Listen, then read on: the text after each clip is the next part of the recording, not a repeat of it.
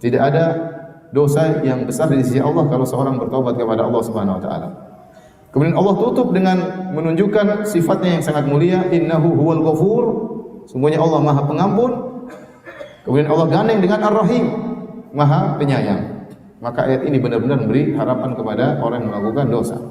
Makanya makin tidak mengharapkan pujian manusia, Anda bersedekah, Anda berdakwah, tidak mengharapkan sanjungan manusia, tidak mengharapkan pengakuan manusia, tidak diceritakan kepada orang lain, maka Anda semakin bisa meraih syafaat Nabi sallallahu alaihi wasallam. Adapun kalau Anda kemudian umroh haji pamer sana pamer sini, ya, masukkan berzina, ya, berzina di hotel, ketemu dengan cewek panggilan, ya, ya, istrinya tidak tahu dia berzina, tahu-tahu kena serangan jantung, meninggal lagi berzina. Ini namanya su'ul khotimah, mati dalam kondisi sangat buruk. Ya. Tapi apakah dia pasti masuk neraka? Jawabannya Allah ingatkan kalian hati-hati supaya selamat di akhirat, jangan sampai terjebak dalam masalah utang piutang. Ini bagus juga, sebenarnya canggih-canggih antum ya. Hebat-hebat tapi salah semua. Dua lagi terus sudah ya. Jibril Radio 24 jam nonstop dengerin kajian tanpa ribet. Seorang tatkala beribadah kepada Allah, maka dia menghadirkan tiga perkara ini bersamaan dalam hatinya. Ya, barang siapa yang beribadah kepada Allah hanya menghadirkan rasa khauf, kata para salaf, maka dia adalah khawarij, ya. Hanya menghadirkan khauf saja, rasa takut kepada Allah Subhanahu wa taala. Sebaliknya barang siapa yang beribadah kepada Allah Subhanahu wa taala hanya menghadirkan roja, pengharapan saja, maka dia murji'ah. Dan barang siapa yang tatkala beribadah kepada Allah hanya menghadirkan cinta saja tanpa ada roja, tanpa ada khauf, maka dia zindiq. Adapun ahlu sunnah wal jamaah, tatkala mereka beribadah kepada Allah, maka mereka menghadirkan tiga perkara ini, yaitu al-mahabbah, al-khauf dan ar-raja, rasa cinta kepada Allah sertai dengan rasa takut kepada Allah dan sertai pula dengan berharap kepada Allah Subhanahu wa taala. Dan tiga makna ini bisa kita rasakan tatkala kita membaca awal dari surat Al-Fatihah, ya. Tatkala kita membaca dalam surat Al-Fatihah, alhamdulillahirabbil alamin, ya. Segala puji bagi Allah, penguasa alam semesta ini.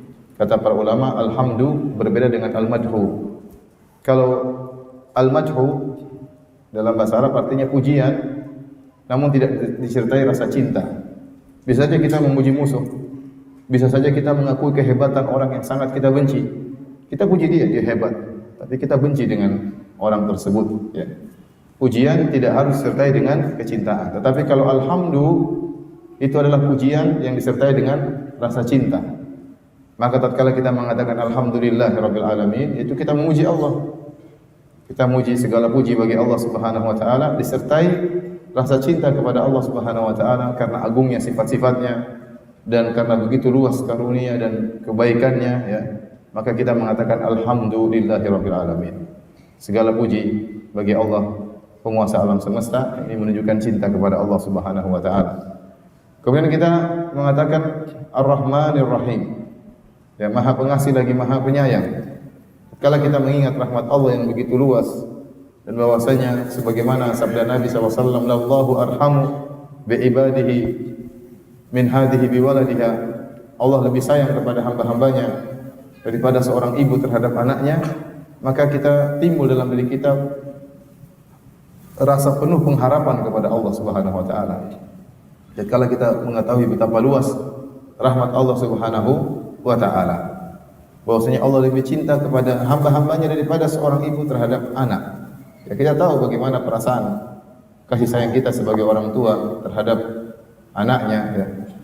Apalagi istri kita, ya, ibunya terhadap sang anak, itu cintanya luar biasa. Ternyata Allah lebih cinta kepada hamba-hambanya daripada seorang ibu terhadap anaknya. Dan ini menumbuhkan rasa pengharapan yang luar biasa.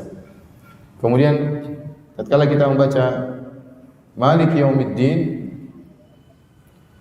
yang menguasai hari pembalasan, ya, maka akan tumbuh dalam diri kita rasa takut yang luar biasa tentang hari pembalasan. Allah mengatakan, ya, Malik Yaumiddin, raja di hari pembalasan. Tidak ada raja di hari tersebut Semua orang dibangkitkan dalam kondisi kufatan, oratan, gurlan, buhman. Tidak pakai alas kaki, tidak berpakaian, belum disunat dan tidak ada harta yang dia bawa. Sedikit pun tidak ada yang dia bawa. Saking tidak ada harta yang dia bawa, baju yang dia pakai pun tidak dia bawa. Tidak ada. Ya. Kemudian sendal pun dia datang dalam kondisi tidak memakai sendal, apalagi perdagangannya, apalagi aset-asetnya tidak ada yang dia bawa pada hari tersebut. Semua orang akan menanggalkan jabatannya. Semua akan menanggalkan jabatannya. Para raja akan menanggalkan jabatannya sebagai raja, apalagi yang di bawahnya, apalagi hanya menteri, apalagi hanya bupati, apalagi hanya. Yang ini menumbuhkan rasa takut kepada Allah Subhanahu wa taala. Kata Allah Subhanahu wa taala, ya, "Tsumma ma adraka ma yaumuddin." Kemudian tahukah engkau apa itu hari pembalasan, ya. Hari yang sangat dahsyat. Manusia dikumpulkan pada hari tersebut, ya, sampai-sampai Aisyah radhiyallahu taala anha berkata, "Ya Rasulullah, ar-rijal wan nisa, apakah laki-laki dan wanita dibangkitkan bersamaan? Alaysa yanzuru ba'dhum ila awrati ba'd? Bukankah sebagian akan melihat aurat yang lain?" Kata Nabi SAW, "Al-amru asyaddu min an yanzura ba'dhum ila awrati ba'd." Perkaranya lebih dahsyat sehingga seorang tidak akan sempat untuk memikirkan hal tersebut, sehingga tidak akan sempat untuk melihat aurat yang lainnya. Jadi tatkala kita baca Alhamdulillahirabbil alamin Ar-Rahmanir Rahim Maliki Yaumiddin, sudah terkumpulkan dalam diri kita 3 rukun ibadah tersebut, yaitu al-mahabbah, rasa cinta kepada Allah Subhanahu wa taala, kemudian ar-raja, ya, pengharapan kepada Allah Subhanahu wa taala, al-khauf, rasa takut kepada Allah Subhanahu wa taala, ya. Makanya tidak boleh seorang hanya, ya, rahmat, tidak takut kepada Allah. Kata Allah Subhanahu wa taala, "Wa may yaqnatu min afa aminu makrallah fala ya'manu makrallahi illa al-qaumul khasirun." Apakah mereka merasa aman dari makar Allah? Dan tidak ada merasa aman dari makar Allah kecuali orang-orang yang merugi. Ya, hanya mengedepankan harapan, tidak rasa takut, maka mereka orang yang merugi. Sebaliknya orang yang takut, tidak ada harapan kepada Allah juga dicela oleh Allah Subhanahu wa taala. Wa may yaqnatu min rahmati rabbih illa dhallun. Dan tidak ada yang berputus asa dari rahmat Allah kecuali orang-orang yang sesat, ya. Tapi seharusnya kita kumpulkan 3 perkara tersebut, ya. Hadirin dan hadirat yang dirahmati oleh Allah Subhanahu wa taala, pada kesempatan pagi hari ini yang akan kita bahas adalah tentang ayat-ayat yang paling memberi harapan kepada orang yang melakukan dosa, ya. Jadi pada kesempatan kali ini kita sedang membahas tentang sisi ar-raja, ya. Tentunya pada kesempatan yang lain tentunya kita harus juga membahas tentang al-khauf dan juga al-mahabbah. Namun pada kesempatan kali ini kita khususkan pembahasan tentang ar-raja, bagaimana seorang menumbuhkan pengharapannya kepada Allah Subhanahu wa taala, jangan sampai putus asa dari rahmat Allah Subhanahu wa taala meskipun dia terjerumus dalam kemaksiatan, ya. Namun ingat, ya, maksud dari pembahasan ini bukannya seorang kemudian tatkala bersandar kepada harapan kepada Allah, rahmat Allah, kemudian dia terus bermaksiat, tidak. Tapi agar dia segera kembali kepada Allah, ya. Seperti seorang melakukan dosa, seperti seorang anak yang melakukan dosa dan dia tahu bahwasanya orang tuanya baik, seandainya dia minta maaf pasti dimaafkan, ya. Dia tahu ayahnya baik, dia tahu ibunya baik, tatkala dia terjerumus dalam kesalahan, maka dia mudah untuk kembali kepada orang tuanya untuk minta maaf. Maka demikian pula tatkala kita tahu Allah lebih sayang kepada kita daripada orang tua kita kepada kita, maka kita tatkala terjerumus dalam dosa, dalam kemaksiatan, maka jangan ragu untuk segera kembali kepada Allah Subhanahu wa taala, ya. Ini maksud pembahasan kita, bukan roja yang menjadikan orang akhirnya semakin, ya, harapan yang membuat orang semakin, ya, terjerumus dalam kemaksiatan, tidak, tetapi harapan agar dia segera kembali kepada penciptanya yang maha baik, yang maha rahmat. Para ulama telah berselisih tentang ayat manakah dalam Al-Quran yang paling memberi pengharapan kepada orang yang melakukan dosa, ya. Tolong maju, ya. Ikhwan, ya. Tolong merapat, ya.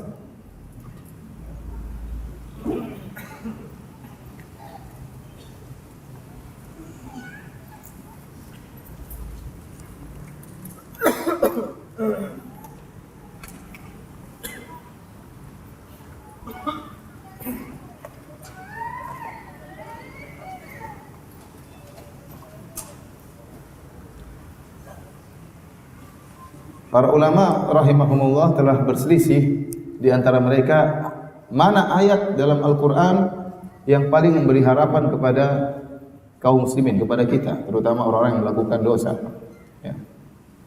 Ada belasan pendapat disampaikan oleh As-Suyuti dalam Al-Itqan fi Ulumil Quran, demikian juga Az-Zarkashi ya, dalam Al-Burhan. Jadi ada belasan pendapat.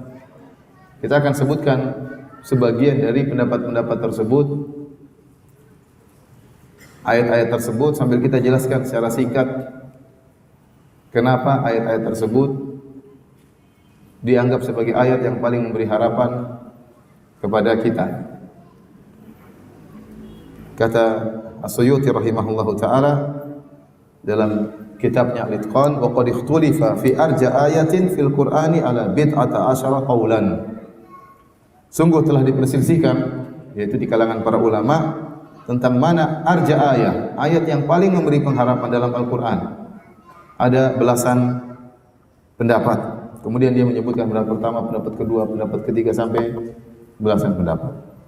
Saya akan menyebutkan beberapa dari pendapat tersebut. Yang pertama, yaitu dalam surat Az-Zumar, ayat yang Allah Subhanahu wa taala berfirman, "Qul ya ibadiyalladzina asrafu ala anfusihim la taqnatu min rahmatillah innallaha yaghfiru dzunuba jami'an innahu huwal ghafurur rahim." Ya. Dalam surat Az-Zumar ayat berapa itu?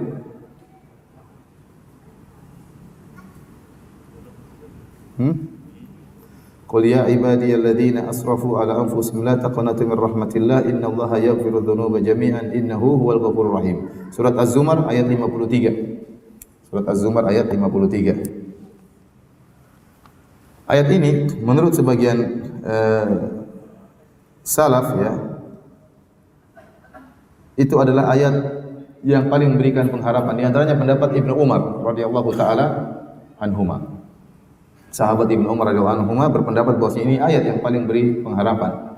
Kenapa? Ayat ini khusus diturunkan oleh Allah tentang orang-orang yang melakukan maksiat.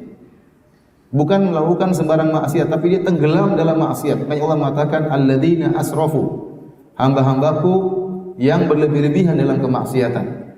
Bukan orang-orang yang bermaksiat tapi berlebih-lebihan. Israf dalam bahasa Arab artinya mubadzir. Itu benar-benar tenggelam dalam maksiat, berlebih-lebihan dalam bermaksiat.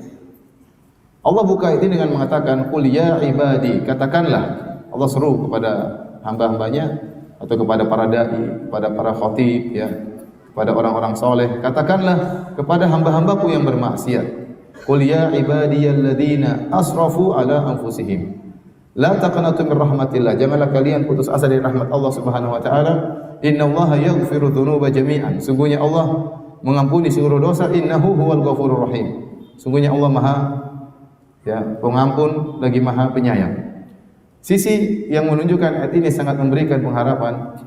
Yang pertama, Allah menyuruh agar kul, sampaikanlah kepada Nabi SAW. Demikian juga berlaku kepada para dai untuk menyampaikan hal ini. Kul li ibadi. Ya. Katakanlah kepada hamba-hambaku.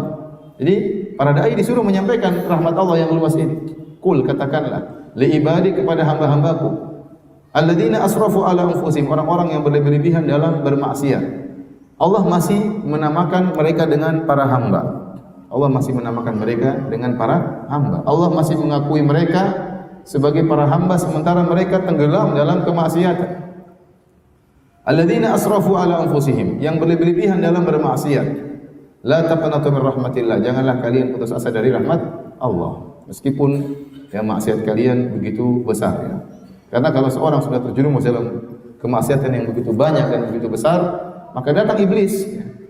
Kemudian membuat dia putus asa. Buat apa kau kembali? Ya. Percuma kau kembali. Ya. Dosamu terlalu besar. Ya.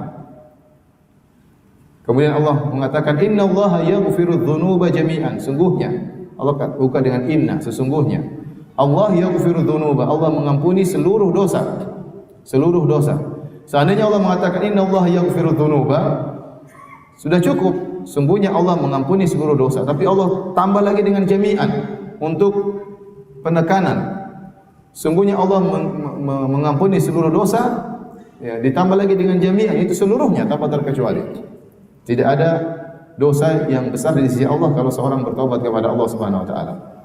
Kemudian Allah tutup dengan menunjukkan sifatnya yang sangat mulia, innahu huwal ghafur, sungguhnya Allah Maha Pengampun. Kemudian Allah gandeng dengan Ar-Rahim, Maha Penyayang. Maka ayat ini benar-benar memberi harapan kepada orang yang melakukan dosa. Makanya dalam Al-Qur'an Allah menyebutkan nama-nama Allah di antaranya Al-Ghafur. Ini banyak dalam Al-Qur'an, di antaranya Ghafir, ya.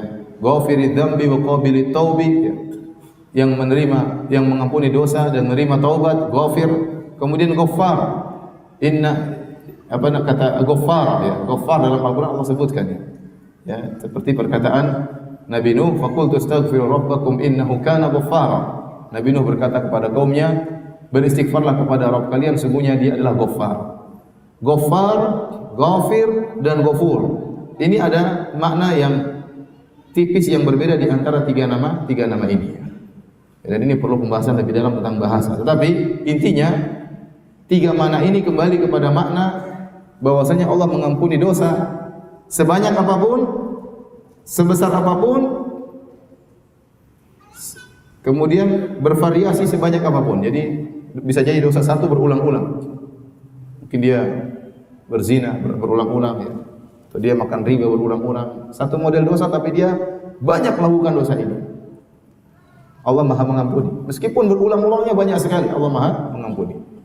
Ya, kemudian bisa jadi dosanya sangat besar. Dosanya sangat besar. Allah juga Maha mengampuni. Atau dosanya sangat banyak. Dia begini, dia berzina, dia makan riba, dia membunuh orang, dia merampok orang, dia macam-macam.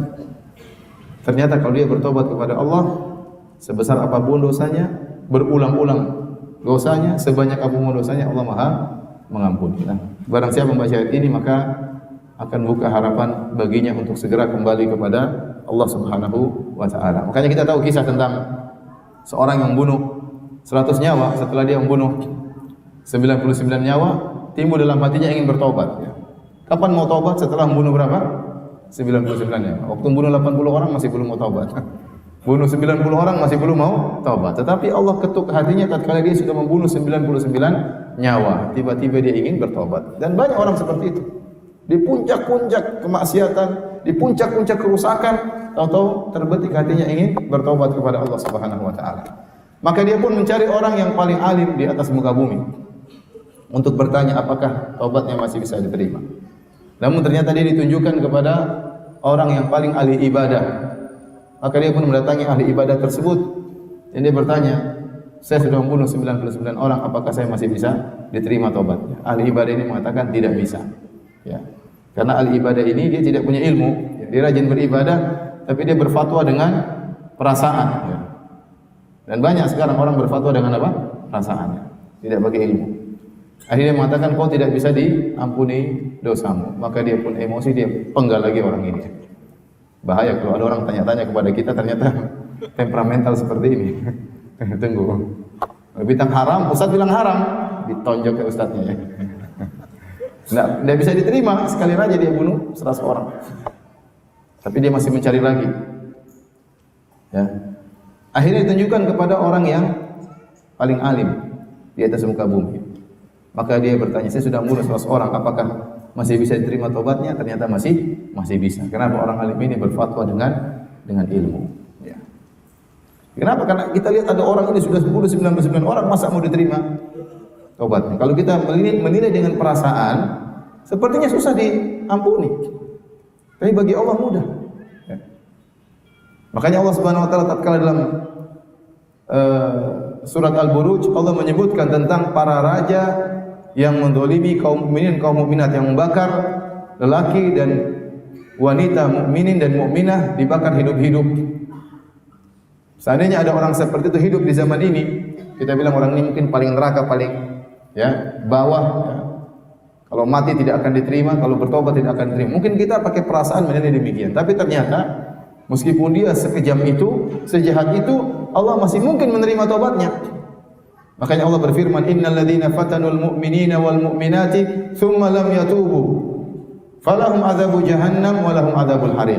Sungguhnya orang-orang yang menyiksa kaum mukminin dan menyiksa kaum mukminat itu membakar mereka hidup-hidup, digali parit, dinyalakan api, kemudian disuruh untuk masuk terbakar hidup-hidup.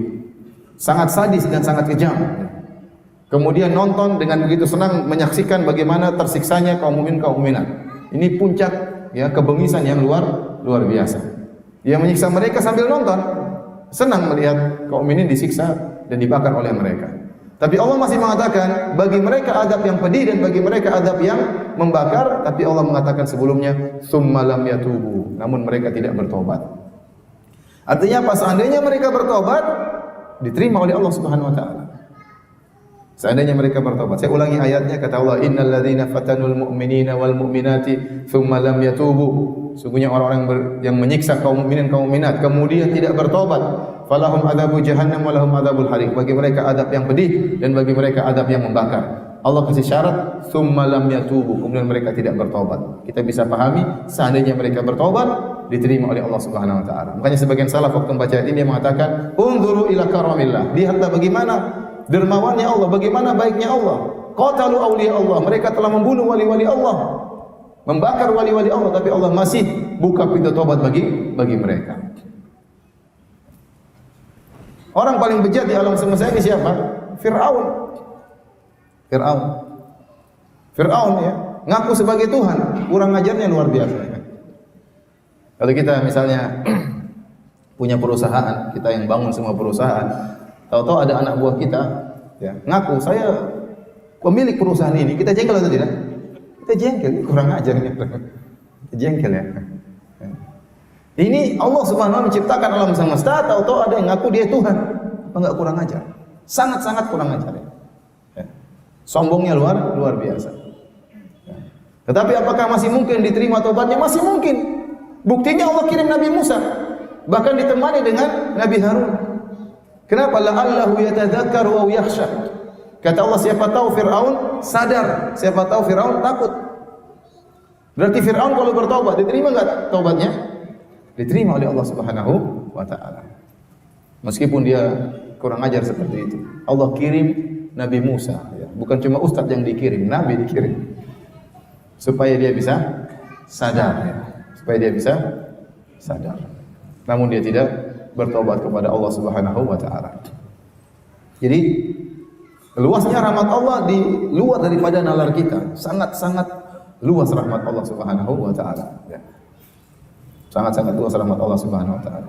Tentang kisah dua orang yang berteman, yang satunya rajin beribadah, satunya tukang maksiat. Satunya rajin ibadah, mungkin ke masjid terus, sholat terus, satunya maksiat terus. Maksiat ini, maksiat anu, maksiat ini. Setiap ketemu temannya tegur. Ya hadza aqsir, wahai fulan, berhentilah engkau dari maksiat. Dia cuek aja. Ketemu lagi maksiat lagi, dia tegur lagi. Ya hadza aqsir. Ya, wahai fulan, berhentilah dari maksiatmu. Dia cuek. Ya udah. Suatu hari dia maksiat lagi, maksiatnya lebih parah.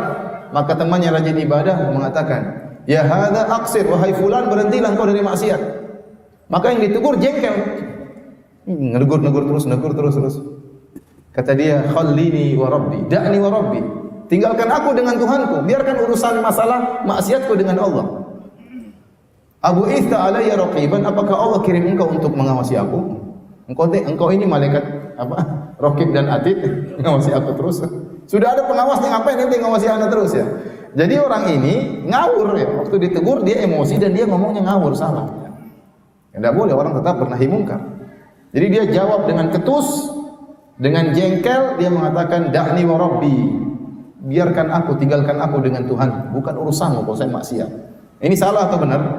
Salah, enggak boleh. Kemudian bikin jengkel lagi, dia bilang, emang ente diutus oleh Allah untuk ngurusin saya? Nah, ini lebih jengkel lagi. Jadi orang ini ngawur, benar-benar ngawur. Tatkala kawannya tadi diejek seperti itu, ya, dikatakan emang kau diutus oleh Allah untuk ngurusin saya, maka dia pun emosi, akhirnya dia pun berucap tanpa dalil tapi dengan perasaan. Dia mengatakan, ya, la yaghfirullahu lak, Allah tidak akan ampuni kamu. Dia punya kesimpulan yang dibangun di atas kemarahan dia. Terungkaplah perkataan Allah tidak akan ampuni kamu. Benar, karena model kamu seperti ini. Ditegur, enggak mau. Ditegur malah ngeyel, ditegur malah balas, ditegur malah ngejek. Ya udah, la yaghfirullahu lak, Allah tidak akan ampuni kamu. Maka Allah pun mematikan mereka berdua. Allah marah. Allah berkata, "Man dzalladzi yata'ala alayya alla aghfira li fulan." Siapa yang berani bersumpah aku tidak akan mengampuni si fulan. Wa qad ghafartu lahu, aku telah ampuni dia. Mudah bagi Allah untuk mengampuni. Wa ahbatu amalak, dan aku menghapuskan amalanmu wahai orang ahli ibadah tadi. Kata Abu Hurairah radhiyallahu anhu, "Takallama bi kalimatin aw baqat dunyahu wa ukhrahu." Orang ini rajin ibadah tapi dia mengucapkan satu kalimat berbicara tentang sifat Allah, mengkritik sifat Allah yang Maha Pengampun, ya, kalimat yang tidak dia sadari, ternyata kalimat itu menghancurkan dunia dan akhiratnya. Ini karenanya para hadirat yang Allah Subhanahu wa taala, rahmat Allah sangat luas ya. Ayat ini kata Ibnu Umar radhiyallahu taala anhum adalah ayat arja ayatin fi kitabillah. Ayat yang paling memberikan harapan kepada hamba-hamba yang bermaksiat ya. Saya ulangi sisi-sisinya. Yang pertama, Allah mengatakan qul. Allah menyuruh nabinya, menyuruh orang-orang soleh, menyuruh para dai, menyuruh para khatib untuk menyampaikan. Menyampaikan kepada siapa? Kata Allah, kepada hamba-hambaku. Ternyata para pelaku maksiat tersebut masih dinamakan dengan apa? Hamba-hambaku. Allah masih mengakui mereka sebagai hamba-hamba Allah. Kemudian siapa pelaku maksiat tersebut? Bukan pelaku maksiat sembarang. Alladzina asrafu ala anfusihim. Orang-orang yang berlebihan dalam bermaksiat. Ya. Kemudian kata Allah, jangan putus asa dari rahmat Allah Subhanahu wa taala. Kemudian Allah mengatakan, inna, sungguhnya Allah itu mengampuni seluruh dosa. Allah tambah lagi dengan jami'an, seluruhnya tanpa terkecuali. Allah tutup lagi, innahu huwal ghafurur rahim. Sungguhnya Allah Maha Pengampun dan lagi Maha Penyayang.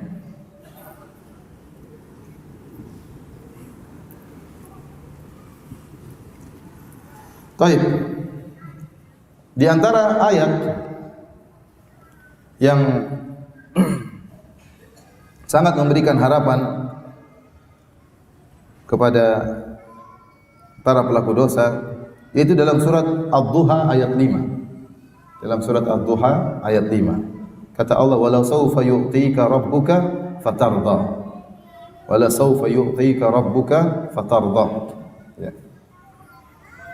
Yang artinya ya, dan sungguh Allah akan memberikan kepada engkau pemberian, Rabbmu akan memberikan kepada engkau pemberian wahai Muhammad, fatarda, dan kau akan puas,